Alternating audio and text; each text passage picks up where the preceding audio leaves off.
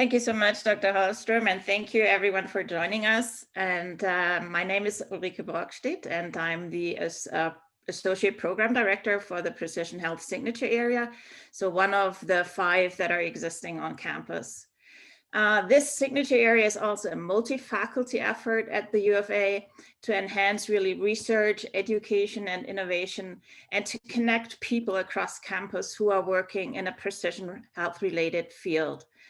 I'm just going to spend now a couple of words on precision health, and I know there's a lot of uncertainty what that actually means, and I'm trying to keep this really simple. So basically, what is precision health, or why, in other words, are we adding the term precision to health now?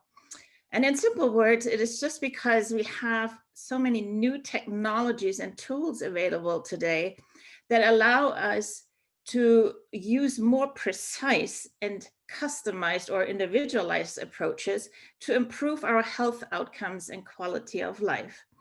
And that is mainly through the availability of very large data sets, huge amounts of data that we have available now. And through technologies and artificial intelligence and machine learning techniques, we have the ability to translate data into information in a way that allows us to take care of ourselves in a better way.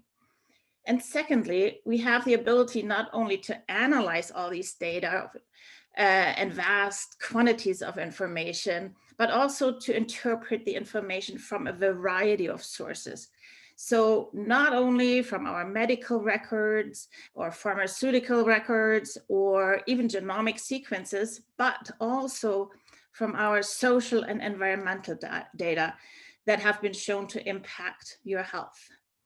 And so by taking all of this into consideration, we are hoping that this sort of holistic approach not only offers a better treatment for the sick, but by looking at as many factors as possible, that this approach can also help us to prevent from getting sick and to find out like how we can best sustain our health and well-being. And that is basically the essence of precision health. So we're using all the data and resources that are available to us nowadays, and that allow us to have a more precise understanding of health for both us as individuals and also for populations.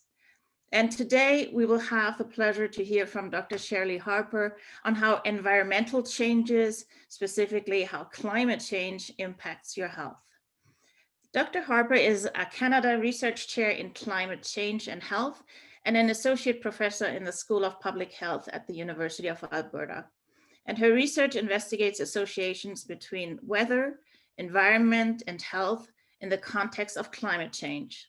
And she collaborates with partners to prioritize climate-related health actions, planning, interventions, and research. She is a lead author on the Intergovernmental Panel on Climate Change, special report on the ocean and cryosphere in a changing climate. And she's also lead author on this panel's 6th assessment report and serves on the Gender Task Force for this panel.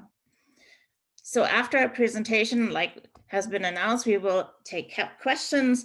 And with that, I'd like to welcome Dr. Harper, and over to you. Okay, great. Well, it's a great pleasure to be here today to talk about climate change and to talk about health. It's obviously a topic that's really near and dear to my own heart. So any chance to talk about it and to engage in discussions on this is always a welcome opportunity. So I wanted to thank the Sustainability Council for picking this topic for this week. As I said, my name is Shirley Harper. I'm a Canada Research Chair in Climate Change and Health in the School of Public Health at the University of Alberta. And today what I'd like to do is focus on some key findings from the IPCC's most recent report on the cryosphere and ocean. So before we get into that though, you might be wondering, what is the IPCC? The IPCC is a United Nations panel. It's facilitated by the World Meteorological Organization as well as the United Nations Environment Organization as well. And so all different UN member states are a part of this, and they contribute to it, and they produce these assessment reports on climate change, on the state of knowledge on climate change. And these have really become, for a lot of policymakers, the gold standard on what the current state of knowledge on climate change is. And not just how the climate is changing, but also how it's impacting society, how it's impacting people and livelihoods, among other things. The IPCC reports are really important, and the stakes are usually quite high for different countries when it comes to these reports. These reports form the foundation or provide the evidence for policymakers when it comes to the international negotiations on climate change.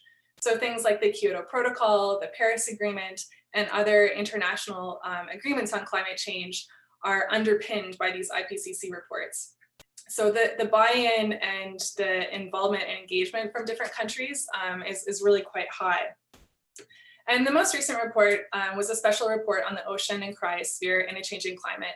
And cryosphere just refers to all the frozen bits and pieces of the earth. So sea ice, ice like lake ice, glaciers, ice sheets, and mountaintops. So really this report covers a pretty wide range of physical environments.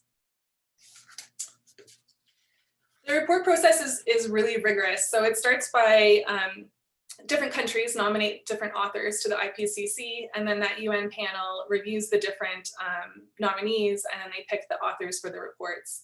There are 4 lead author meetings that happen in person over the course of about 2 years. And in between those in-person meetings, there are a ton of virtual meetings at all hours of the day, at least 2 or 3 times a week. So it's a pretty involved, engaged process. It's an iterative draft process. So there are 3 different drafts that are reviewed by experts from around the world and different governments.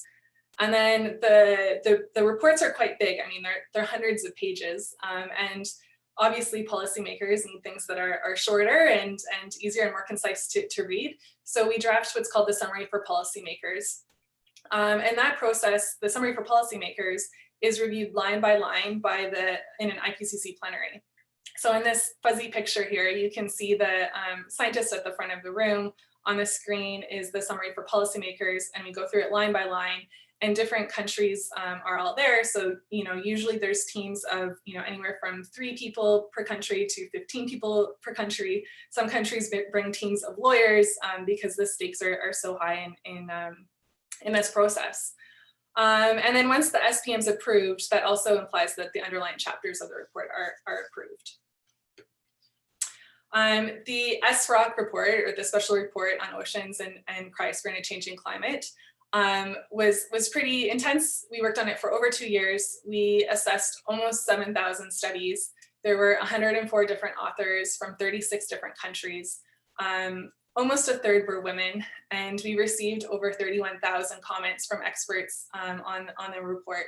And each one of those comments has to be responded to. So even addressing the reviewer comments is a huge process and time investment.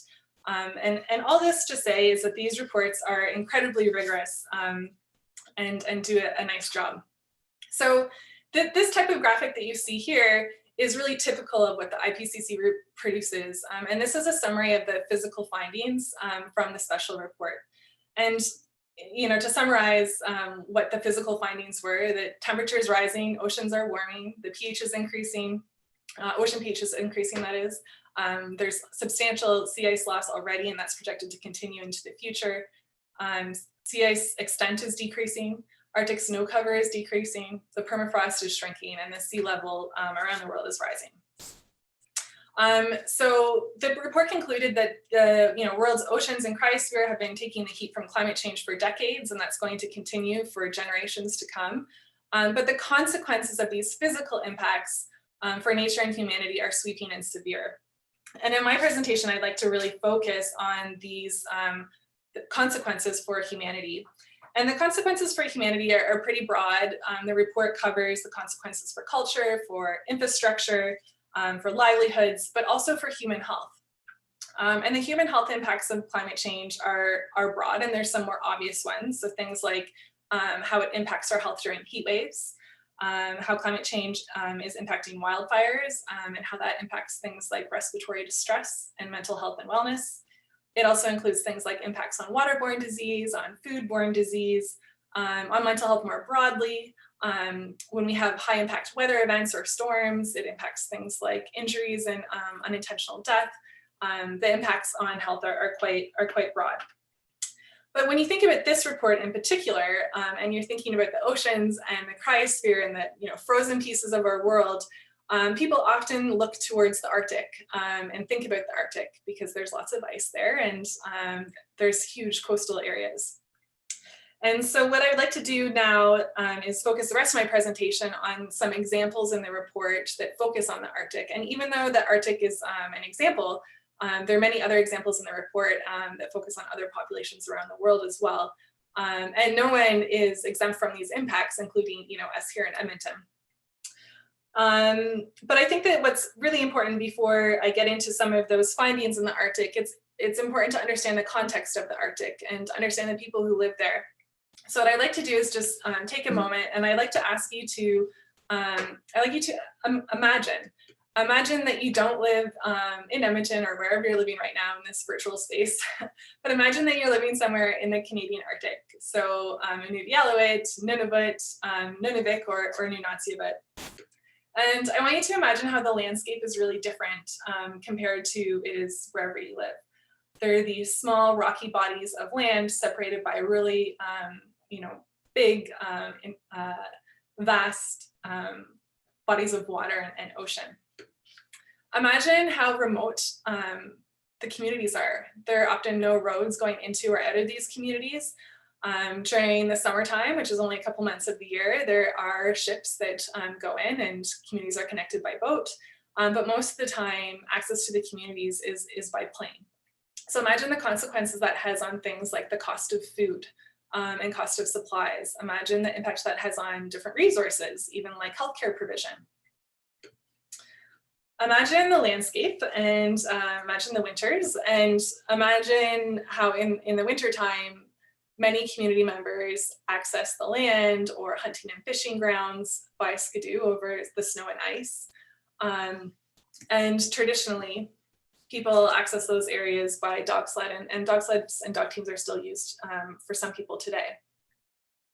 Imagine that in the summertime, those vast bodies of water that are frozen for most of the year thaw, and now people's cabins or their hunting grounds or fishing grounds, different ones, are accessible by boat in the summertime. Imagine the close relationship that people must have with the environment to survive. In the wintertime, we think that Edmonton has cold weather, while in the Arctic, minus 50 to minus 60 isn't that unusual, and the winter months are long and most of the year. So if you think back generations ago, imagine the close relationship that these people must have with the environment to be able to survive those really harsh winter weather conditions.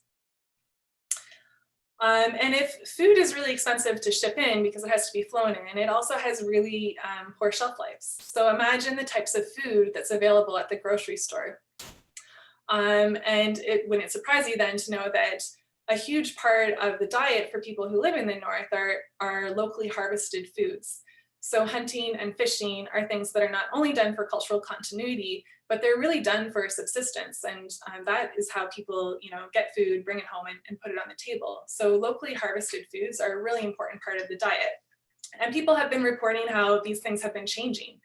So people have been reporting that hunting grounds are harder to access because the sea ice is less stable, it's less predictable, it's changing in ways that it hasn't before. People are also reporting a lot of stress when they're out on the land trying to access those hunting grounds. If you're in unstable conditions, obviously navigating that is stressful, but it's also stressful for the people who are at home. And knowing that their loved ones out on the land for weeks at a time, if a storm comes in or if it gets really warm all of a sudden or something like that, people are worried about their loved ones out on the land because there's no cell phone service or anything like that people can connect with them. So there's also stress for people in the communities. Imagine the water sources. So most households have access to tap water, but when you're out on the land, there is no tap water. So people collect water from brooks and streams, or here in this picture, you can see that they've broken through the ice and they're collecting it there. And a lot of people prefer to take this water home and drink that instead of tap water, because the quality of tap water in many communities isn't the best quality. So also imagine how quickly the quality and quantity of fresh, safe drinking water is changing. Brooks and streams are drying up, the turbidity is increasing, animals and vegetation is slowly migrating north. So there's new things like beavers in some communities that weren't there before. And these bring new pathogens into the water that weren't necessarily there before. Warming temperatures also means that some of these waters are contaminated where they weren't necessarily before. So the safety of this water is changing, and people have been reporting those changes. And when I work with some of these communities and we talk about these changes, people acknowledge that these changes are not only things that they're observing on the ground and based on Indigenous knowledge, but they're also things that science has instrumentally documented as well. And we know that these things are going to continue to change into the future. And so when you add things like climate change and all these changes on top of other changes that are happening in the community due to social changes, economic changes, among other things, the impacts of climate change on people's livelihoods are quite substantial, and they're exacerbating some of these other impacts and changing environments for the people who live there. So with that in mind, if we focus back on the report and we focus on these communities, and you can imagine in all the ways that these changing environments, how those can intersect with the different health outcomes. For the rest of my presentation, I'd like to focus on two. One is food security, and the second is nutrition. And these definitely were covered very well in the IPCC report, but other health outcomes were covered as well. So if you're interested in learning things like how these changes are impacting people's mental health or travel safety or things like that, do check out the SROC report. Okay, so what I'm going to do next is share some of the key findings from the report, but also highlight some of the science or some of the research studies that informed those findings to sort of illustrate how the research that many of us on the call do actually inform some of these larger international processes and how these things factor into decision making and how they inform things like the Paris Agreement or the Kyoto Protocol. And I'm also going to share a lot of more social science and quotes from people. I want to highlight the importance of Indigenous knowledge and how Indigenous knowledge is informing the report process, but also to give you a sense of how these changes look like and how they feel like for these community members.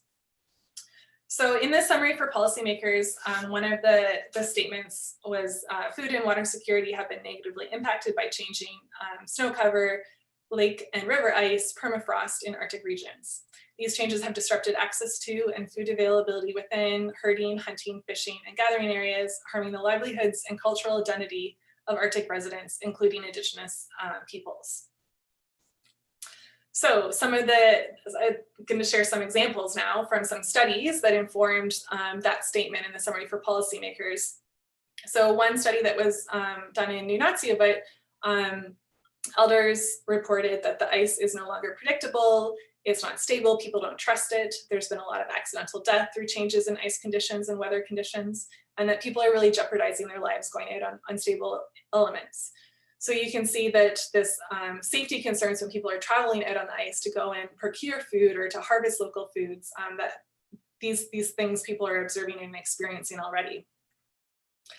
One study that was done in Alaska found that when people reported changes in travel plans, that the odds of hypothermia and frostbite significantly increased, and that when people reported unusual weather when they were out on the land, that the odds of intentional injury increased. So we're seeing these changes or these impacts on health quantitatively as well. In the words of one study, in the Eastern Arctic, someone reported, it's a huge impact on us as Inuit. You just got to live it to actually understand what we're feeling and what we're going through. And the pain that you see in elders' eyes when they know they can't hunt something they've been hunting their whole lives. They can't pass on the knowledge because they're getting older, they're getting sick. And they have those traditions, they have those feelings and traditions are being taken away. Another elder in a study reported that last year we had no blueberries.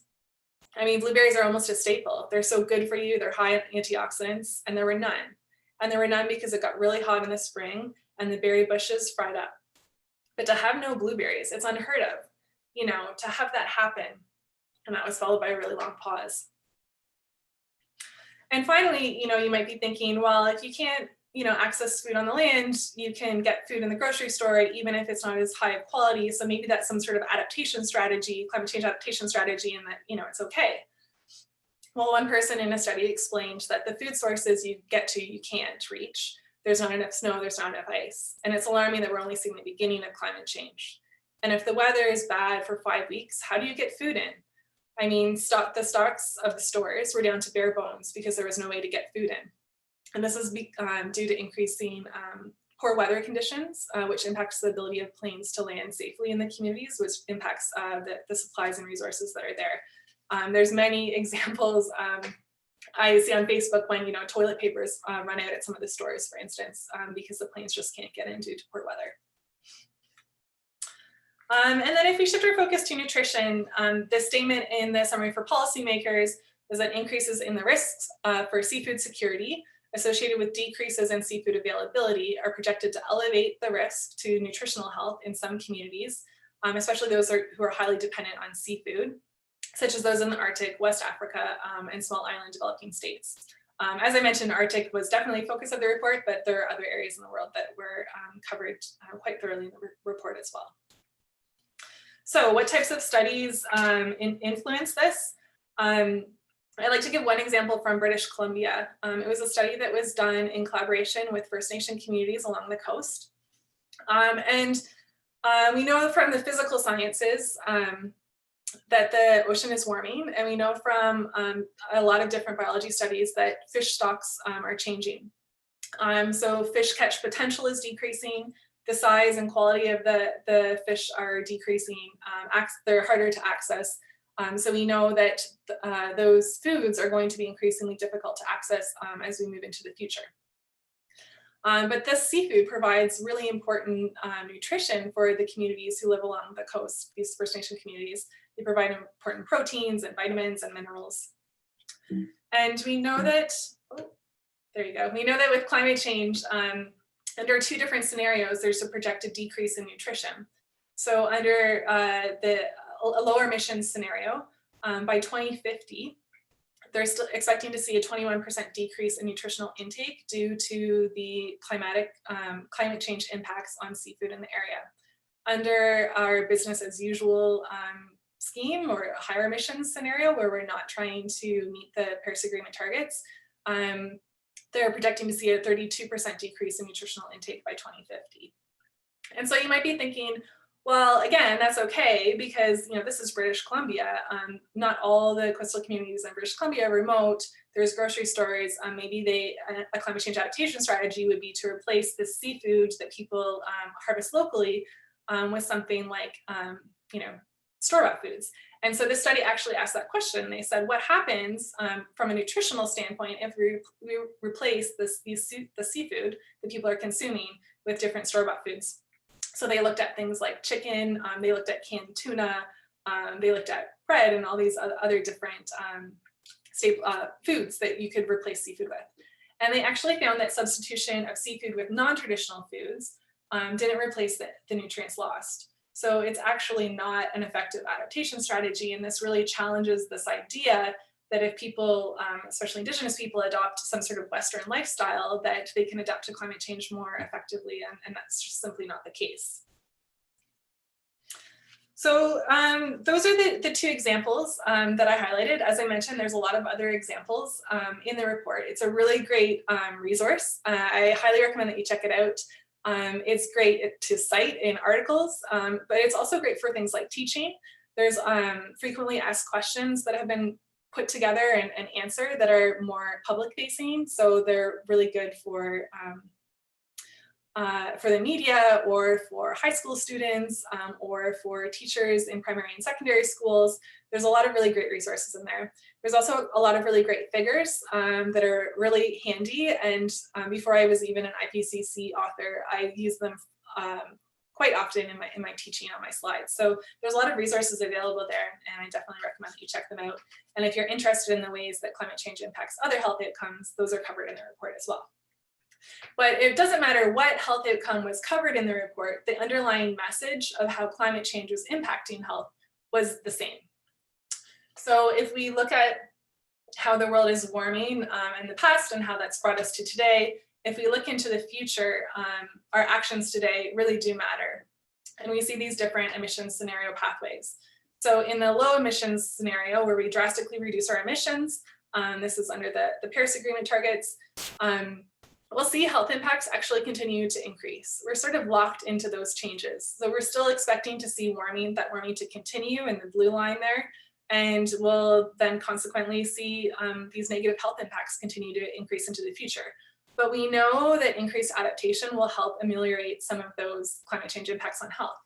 But if we continue in sort of the business as usual scenario, or the pathway that we're currently on,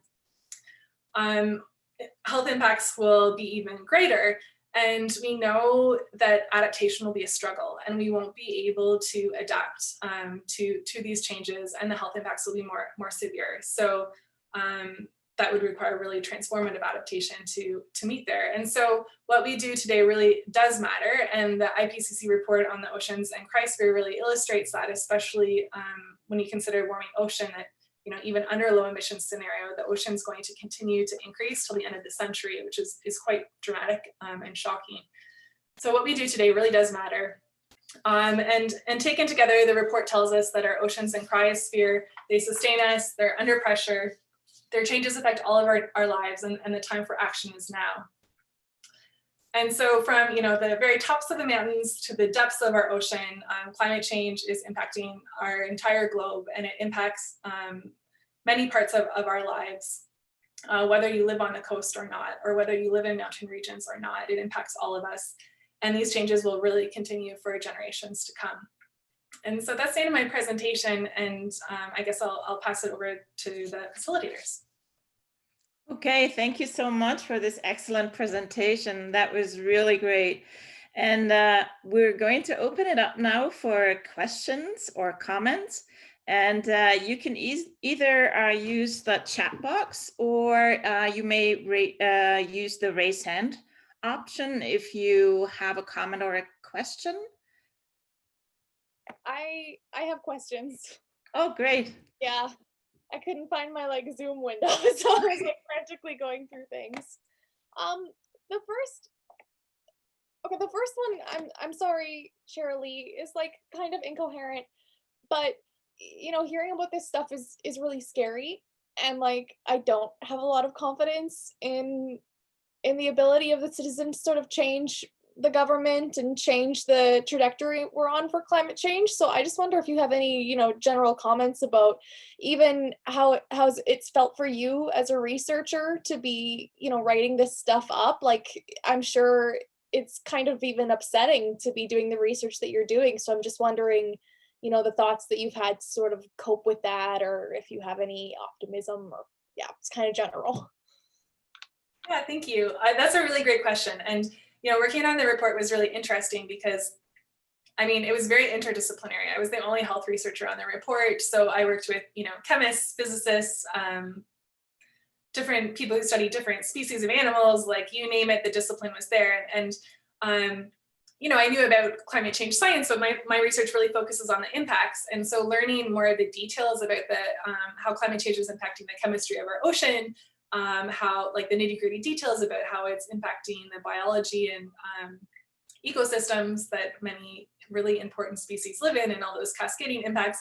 It actually, the process was really overwhelming at times, and it was definitely a struggle. And there is increasing research actually about how studying climate change, or human dimensions of climate change, or the physical dimensions of climate change, are impacting researchers' health and mental health, especially because it is stressful. But I'm really hopeful. I think that we're definitely locked into some changes. I think we'll see if we're able to meet the Paris Agreement targets or not.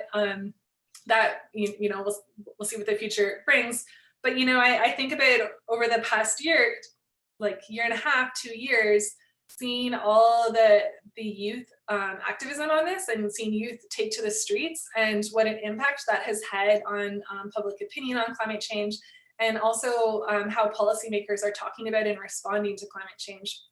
Even in our last federal election, of course, this was pre-COVID, the top election issue wasn't the economy. That was issue number 2 by most polls. Issue number 1 was climate change. And you know, I think that's huge. That's huge progress and a step in the right direction. So yeah, it's overwhelming and the impacts are scary. At the same time, I think that this is a point in our history where we're moving in the right direction, and politicians are talking about it. Climate change was part of, in our last federal election, part of the platform of all 3 parties. Or 3 major parties. So that gives me hope. Thanks.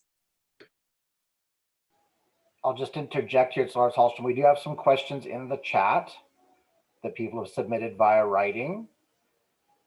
And I'm not sure if people are able to utilize the hand raise function in Zoom. I, for some reason, don't have the hand raise function, which is new to me. But please do use the chat at this time. Thank you. Okay, then let's move on. I think I was muted. Sorry about that. There is a question from Nilusha, and it's she says it's a great presentation. Thanks. Could you please explain how the urban heating affects on human health? Sure. So when the topic of heat waves and the impact of heat waves on health and how climate change is impacting that, usually it focuses on urban settings. I will flag that these heat issues are also you know, of concern in rural and remote areas as well. But in cities, there's heat island effects. So I'm not an engineer, so if there are any engineers on the call, I'd love for them to provide any clarification. But basically the ways our cities are built, they absorb more heat. So inside cities are warmer than outside of cities. And one way to combat that is through green spaces. So the River Valley, for instance, is a really great place to go and you know, cool off in the summer. So infrastructure like that and building that into our planning and design of cities is really important because of these heat island effects that urban centers or concrete jungles sort of create. And that increases people's exposure to heat waves. So things like heat stress and heat stroke and cardiovascular complications and asthma and, you know, a long list of impacts that are related to heat waves are often felt more in cities because of this heat island effect. Thank you so much. And I'm going to ask Jessica, can you please raise your question? Can you unmute yourself, please? Yeah, for sure. Thanks. Excellent. So as part of my work, I work with ranchers across Western Canada at like a very local level on a climate change project. And their attitudes towards climate change are always just fascinating to me. And when we have these big statistics and just incredibly comprehensive, like UN reports out there that are just, you simply can't argue with them anymore. But they can seem so abstract, you know, in a local community to like a small ranching town. Do you have any strategies for personalizing these stories and like personalizing this larger picture in those kind of contexts? Yeah, I mean, and the best way to talk about climate change and understand climate change and to talk to the public about climate change is doing exactly what you're saying, is really focusing on how it impacts people's daily lives, and it impacts all of us. And so the example you gave is a really interesting one. I'm from Ontario, and my grandfather was a farmer, and he didn't believe in climate change for the longest time, which made for really interesting, you know, Thanksgiving supper meals and things like that. But what really sort of changed his thinking was when the Farmers' Almanac changed. And when the types of foods that can be grown in different places started changing. And so for him, as soon as we started talking about those changes and his shock and surprise at those, I was like, you know, Grandpa, that's climate change. Like that's linked to climate change. And that's going to, you know, continue to happen in the future. And imagine what that will be like. What will that be like for farmers? What will that be like for property value down here? What will that mean for the family farm? That's in an Ontario context. I realize it's different out here. But it's that type of conversation with people where you start to talk about how climate, things that they're noticing and how it impacts them now and how that will continue into the future. Another example, would be if you're, at a dinner party or potluck after COVID's over, and somebody is like a runner, and they do a lot of outdoor running or trail running or something like that, and you talk to them about what it's like to exercise when the air quality is poor due to forest fire smoke or due to air pollution or due to heat waves or whatever, they'll talk about how that impacts their physical health and their mental health and their ability to get outdoors. So again, that's sort of, bringing the conversation into people's lives and making that connection is really important.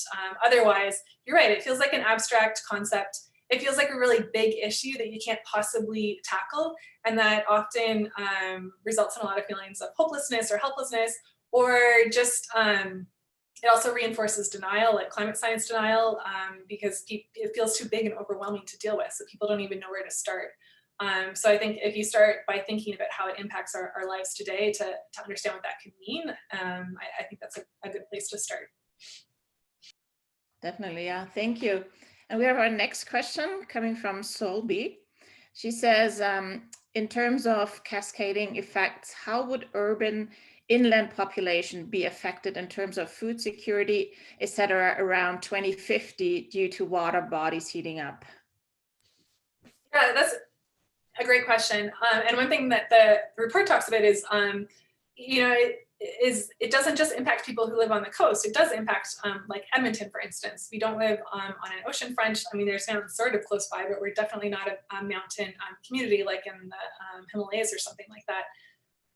But it does impact us. It impacts the type of food we have available in the grocery store, for instance. So it impacts our food availability.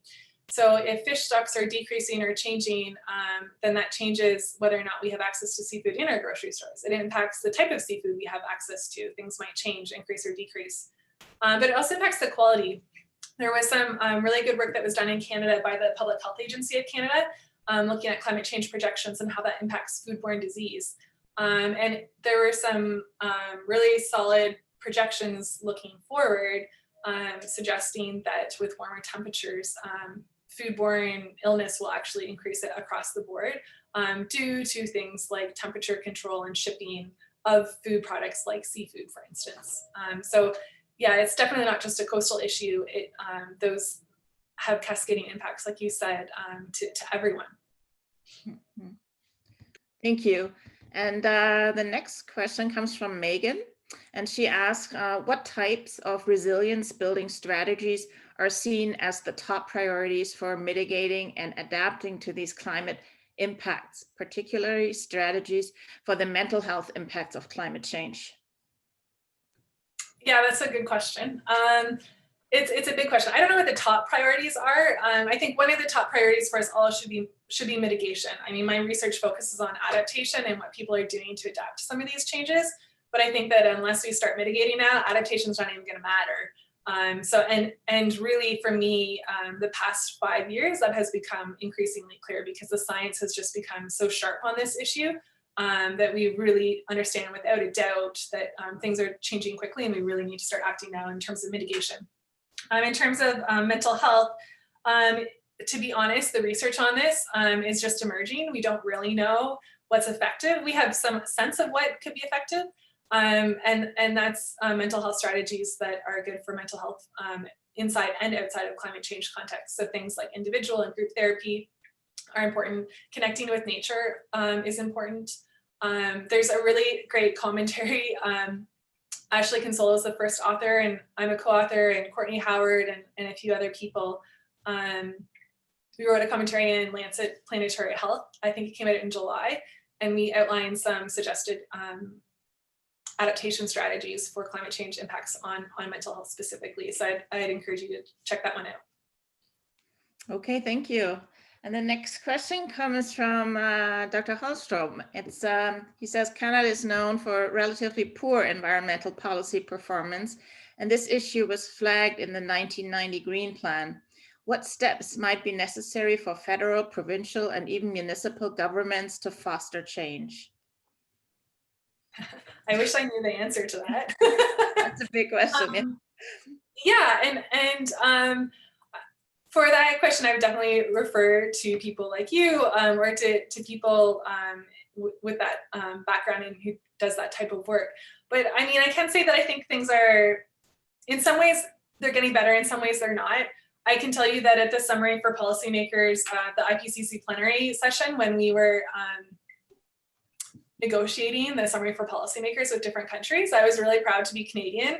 The Canadian delegation came in really hard and really strong, which was really promising to me because other governments definitely came in the opposite way, not to mention any names. Some governments, like I mentioned, come in with teams of lawyers and they're refuting everything because they know that these reports, if they're forming the foundation of international agreements, you know, they have issues with language because it has implications for them, especially if they're a nation that relies on oil and gas. And now I'm 2 years living in a province that relies on oil and gas. It's been a really interesting place to live. But I can say that at a national level, at that plenary, I was definitely proud to be Canadian, which was really promising because that signals to me that the government was willing to accept the ramifications of a report that indicated really strong climate change signals, which has implications for what Canada will need to do to meet things like the Paris Agreement targets. Locally, at a local level, there's a lot of really great examples of things happening at a local level. I mean, from across Canada, there's a lot of really great case studies. Right now, Canada, the federal government is producing their own climate change assessments. The physical science one has been released. The second series, I think, is slowly being released now, and they have chapters on like rural and remote areas and agriculture and different sectors. That's being published by Natural Resources Canada. Health Canada is also producing a health climate change impacts on health assessment. And those assessments are packed with examples from the national to provincial to local level on what people are doing now in the face of climate change. So it's not the best answer. I mean, I think there's lots of good examples of things that are happening. It's not all in the best direction, but there are some good things happening. Okay, I see the next question from Erin. Would you like to unmute yourself, or I can read it out loud? Yeah, sure. It's there's kind of 2 in 1, so I hope I'm not taking up too much space. But for one thing, I kind of need you to re-explain the slide where you were talking about a 21% decrease in nutrition in terms of food stocks. Do you think you could run me through that one again? Sure. So this study was done in British Columbia. The communities depend on seafood, so that's like a major part of their diet. And because of climate change, they won't have the same access to that food source anymore. So they took the projections and they looked at how the fish stocks were going to be decreasing and how people's access to seafood would therefore decrease. And so then the question is, well, how does that impact people's nutrition? And so we'd see that their nutritional intake would decrease. Because they have less access to fish, or because the fish themselves are less nutritional? This study looked at on access to fish. If you're interested in learning how climate change is impacting the nutritional content of foods, things like fruit and vegetables that are produced and et cetera, there's a really great TED talk by Chris Ebi in the United States. I'd recommend watching it. She talks about how the science is emerging on that topic and how climate change not only impacts our access to food, but also impacts the nutritional content of the food itself. Okay, thanks. And then the second number was like 32%. So that was like a projection of if climate change is worse than we're thinking? Exactly. So that's if we continue on the path that's like business as usual. It used to be called the high emissions pathway, but now it's clear that that's the trajectory that we're actually on. So that's if we continue increasing our emissions year by year. Okay, the actual trajectory. Damn. Yeah. Okay, thank you. Yeah, I mean, I had another one, but I think I should wait for all the others to go through first, eh? Okay, we'll get back to you. Yeah. Thank you. I have the next one from Divyanu, mentioning that this was really a great presentation, and I'm a postdoc in obstetrics and gynecology, and I'm very interested in the impact of climate change on pregnancy outcomes. I would like to know your opinion on this. I am researching on preterm birth due to environmental changes in different regions of the world. What resilience building strategies would you suggest for pregnant women? That's a great question. We there is increasing research on that area actually. Our research group has a couple papers looking at that very question in Uganda, and looking at how historic weather patterns have impacted things like birth weight and different birth outcomes. And that has a lot to do with nutrition and the food that's available in each different trimester of pregnancy.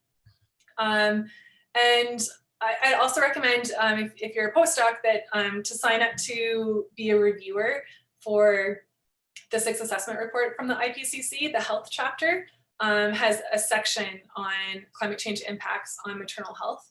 And so if you're a reviewer, it's great because you'll be listed as a reviewer. So it's really important service work. And like I mentioned, every single reviewer comment has to be responded to by the author. So that does really help shape the reports. But you'll also see a lot of the cutting edge thinking in terms of how climate change is impacting maternal health. So I recommend you check that out. In terms of resilience strategies, I think it all comes back to the social determinants of health, and if we improve the social determinants of health, it will improve our ability to face climate change. If we improve our healthcare infrastructure, that will improve our ability to respond to climate change impacts. So in terms of resilience building, we need to do that on both ends. And I can't think of any specific examples off the top of my head for maternal and child health, but I'd check out the IPCC 6th assessment report. It goes out for review in December, so it's just around the corner. Okay, excellent. And we have from Makiri. She says it's a superb critical work, and she thanks you very much. And she was wondering if you could please provide the name of the new book on planetary health that you mentioned. And I guess there's lots of questions probably coming up about the links you were mentioning. So maybe we can make that accessible to everybody at the end. That would be awesome. Yeah, for sure. So the IPCC website, if you just Google IPCC reports, that all of the reports are available there. The one that I was talking about today is called the Special Report on the Ocean and Cryosphere in a Changing Climate. The acronym is SROC, SROCC. It was released just about a year ago, but it's still in press, but it's available online. Okay, I'll just see it. We have it in the chats now as well. Perfect. Yes, that's exactly it. Thank you. Okay, perfect. And then we have time to go back to Erin. Yay. You had another question. Right. So I know that there's really a web of negative consequences because of climate change. But I was wondering if, Shirley, if you wanted to share the consequence that you're most worried about for Arctic communities, and then if you don't mind, the consequence that you're most worried about for our Edmonton community here. Oh, that's a good question. Personally, and this just might reflect the current work that I'm doing. I'm thinking a lot about mental health in the Arctic and in places like Edmonton, because it's so widespread and far-reaching. When we first started doing this research, mental health wasn't even on climate change and health impacts. It wasn't even on people's radar. And when we started working with communities in the Arctic, and we were doing more exploratory work, asking people, how is climate change impacting your health? We were expecting answers on things like food security, food safety, nutrition, the stuff I presented on today, land access and safety and things like that. But what was really surprising was that everyone talked about mental health, how it was impacting their mental health. And so this was something that wasn't in the literature. It wasn't something we were expecting. It wasn't something that even our research methods had been designed to incorporate or to investigate. It was a complete surprise. And I have to say that since then, it's becoming increasingly clear that that's going to be a really important issue. And it's important because it's so widespread and sweeping. So in the Arctic, we already know that there's a lot of existing underlying mental health concerns and challenges. So you have that higher baseline to start with. And then you have climate change impacting every facet of life up there that impacts mental health even more. So I had mentioned in my presentation that when people are out in unsafe conditions, people worry about the safety of their family and their loved ones. People who are hunters and gatherers, and it's their job, job, quote unquote, to spend lots of time out on the land and bring food home and put on the table, and you're not able to do that as well anymore. That has impact on people's identity, on their ability to feel like they're living a fulfilled life. It impacts us in Edmonton when we watch the news. I mean, like, it seems like every time you turn on the news, there's some sort of hurricane or storm that's coming up through the United States and causing a lot of damage. And that is linked to climate change. There's a climate change fingerprint in that. When you think about the forest or the wildfires that are happening right now on the West Coast, that's also climate change related. And that is really stressful to watch. So that's, experiencing mental health impacts through watching other people suffer increasingly because of climate change. And then of course, even a few years ago when there was the huge forest fires here, there's studies that have come out that showed how that impacted the mental health of people who lived there. And of course, that's due to things like relocation, property damage. So basically, it's like mental health is like weaved into every single climate change impact on physical health that you can think of. So if you have a physical health climate change impact, there'll be some sort of mental health consequence weaved into that. And that's why I would rate that as my top priority. I also note that it's the area that it's one of the areas that we know the least about. It's only beginning to really emerge and surface in the literature. So I think that we'll see a lot of increase in research on that in the next five years or so, because it's such an important topic that so far has been relatively neglected in the literature.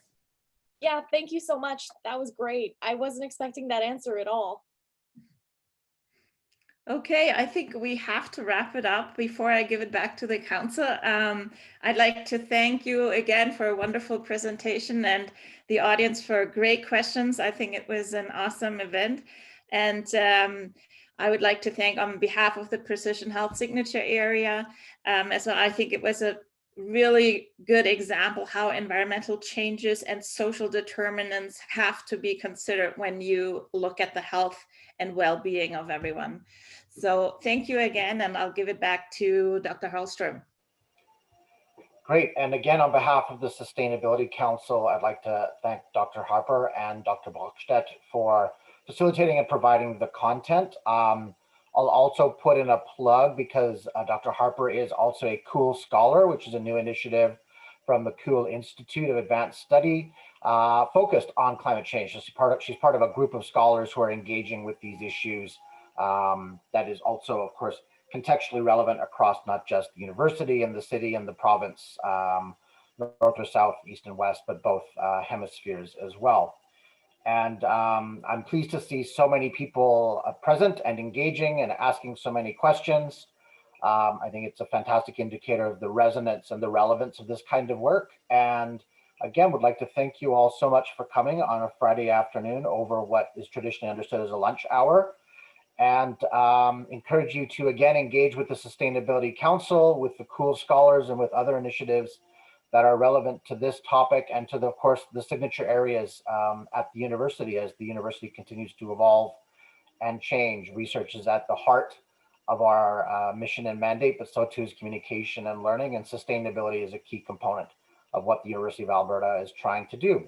So that is all from me. I encourage you to follow up with Cheryl Lee. I'm sure she does not want her email to be posted in the chat, but you all know how to find her anyway. So I'm sure she'll be happy to follow up with you.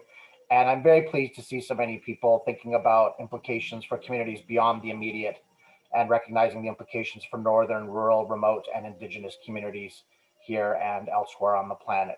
So with that, I'll thank you very much. I don't know if Natalie or Hussein have any final minutes or comments, but for me, that's it for today. And thank you again for coming. Have a very pleasant Halloween and weekend. Stay safe.